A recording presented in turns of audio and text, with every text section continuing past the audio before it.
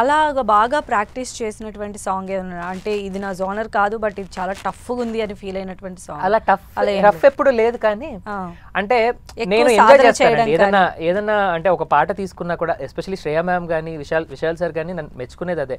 ఒక పాటను తీసుకుంటే నేను దాన్ని అనలైజ్ చేసి ఎక్కడెక్కడ ఏం చేయగలను, అంటే అనిరుద్ వర్షన్ ఏమి ఇవ్వగలను, దాంట్లో ఏం ఎలిమెంట్స్ యాడ్ చేయగలను అన్నది ఎప్పుడు ఆ థాట్ ప్రాసెస్లో ఉంటాను. అనిరుద్ వర్షన్ ఎలా ఉంటుంది అన్నది విశాల్ గారు కూడా చెప్తారు, అండ్ శ్రేయా మ్యామ్ కూడా అన్నారు, ఎక్కడెక్కడ నువ్వు అంటే పాకెట్స్ వెతుకుతావో తెలియదు, నీ ఇంప్రూవైజేషన్స్ అవ్వనివ్వు, లేకపోతే the way you think about a song and the way you presented చాలా బాగుంటుంది అని. సో నేను ఏదైనా పాట ఇచ్చినా కూడా నేను ఆ పరంగా ఆలోచిస్తాను, అంటే ఈ పాటలో what does the song convey, ఈ పాటలో నేను వాట్ కెన్ ఐ ఆఫర్, అంటే ఉన్నట్టు పాడడం అనేది ఒక ఆర్ట్ అయితే నా ఎలిమెంట్స్ యాడ్ చేసి నా వర్షన్ లాగా ప్రజెంట్ చేయడం కూడా అది ఆర్ట్ డెఫినెట్గా. అయితే మీ ఫేవరెట్ మ్యూజిషియన్ ఎవరండి? అంటే చిన్నప్పటి నుంచి కూడా వీళ్ళ సాంగ్స్ అయితే ఇంకా ఎంజాయ్ చేస్తూ ఉన్నాను. మీరు ఆ క్వశ్చన్ అడగడమే తప్పండి. ఆఫ్ కోర్స్ బాలు గారి తర్వాత అంటే ఆయనను చూస్తూనే పెరిగాం, ఆయన పాటలు వింటూనే పెరిగాం కాబట్టి ఆయనతో పర్సనల్ అసోసియేషన్ కూడా ఉంది 17 ఏళ్ళు. So he's always the first one whom I look up to. Okay. అలానే మ్యూజిక్ డైరెక్టర్ ఎవరు?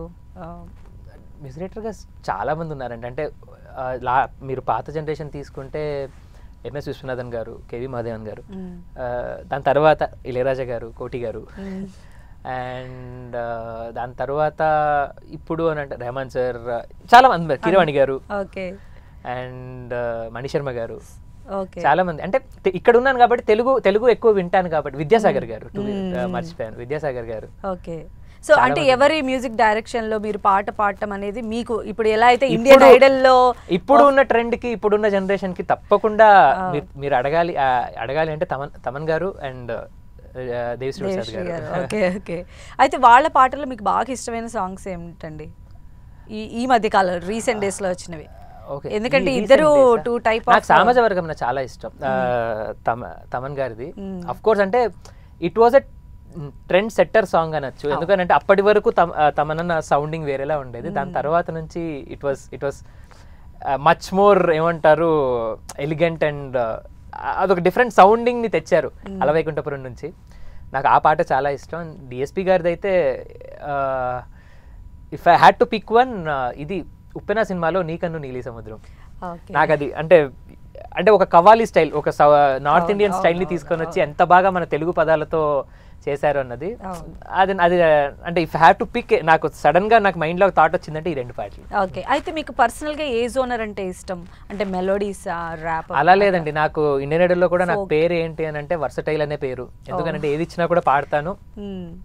బహుశా అందుకేనేమో నా జోనర్ కాకుండా అన్ని జోనర్స్ ఇచ్చారు, అన్ని జోనర్స్ లో టెస్ట్ చేశారు, అది రకంగా నాకు పాజిటివ్ అయ్యిందని చెప్పాలి. ఓకే. అండ్ మీరు ఒక క్వశ్చన్ కూడా అడిగారు కదా, ఏ పాట ఏ జానరా మీకు అంటే ఎగ్జైటింగ్ గా అనిపించింది? అనిమల్ సినిమాలో అమ్మాయి పాట, అమ్మాయి అమ్మాయి హాయ్ మైకమా, సందీప్ రెడ్డి వంగ గారు వచ్చారనమాట గెస్ట్ గా. అది హిందీలో పాడాను ఆ పాట, హువామే అని. సో ఆ పాటలో ఉన్నట్టు కాకుండా కూడా ఒక థాట్ ప్రాసెస్ చేసి అందులో ర్యాప్ యాడ్ చేయడం, తెలుగు పదాలు యాడ్ చేసి చేయడం, అదంతా కూడా చేశాను అనమాట. సో సందీప్ గారు అప్పుడు మీకు తెలుగులోనే మాట్లాడారు కూడా, అది ఎడిట్ లో కట్ అయిపోయింది మొత్తం, బట్ స్టిల్ ఆయన ముందు పాడడం అండ్ తెలుగులో ఇంటరాక్ట్ అయ్యారు, అండ్ సైడ్ లో కూడా ఆఫ్ స్క్రీన్ కూడా వచ్చి మాట్లాడి తెలుగులో మాట్లాడి ఇచ్చేసారు. నాకు that is a memorable, because అంటే మనం ఒకటి అనుకోని ఒక పాటని ఇలా ప్రజెంట్ చేయాలనుకుంటాం, అండ్ అది స్టేజ్ మీద 100% ఎగ్జిక్యూట్ అయినప్పుడు that gives you so much happiness. And ఆ పాట ఎస్పెషల్లీ నాకు అంటే అనుకున్నది ఎగ్జాక్ట్గా ఎగ్జిక్యూట్ చేయగలిగాను అన్నది that gives me satisfaction, especially because that is a genre which have not tried before ఎక్కువ. సో అది పాడేసరికి అండ్ అది ఎగ్జిక్యూషన్ కూడా బాగా అయ్యేసరికి I felt so happy. Okay.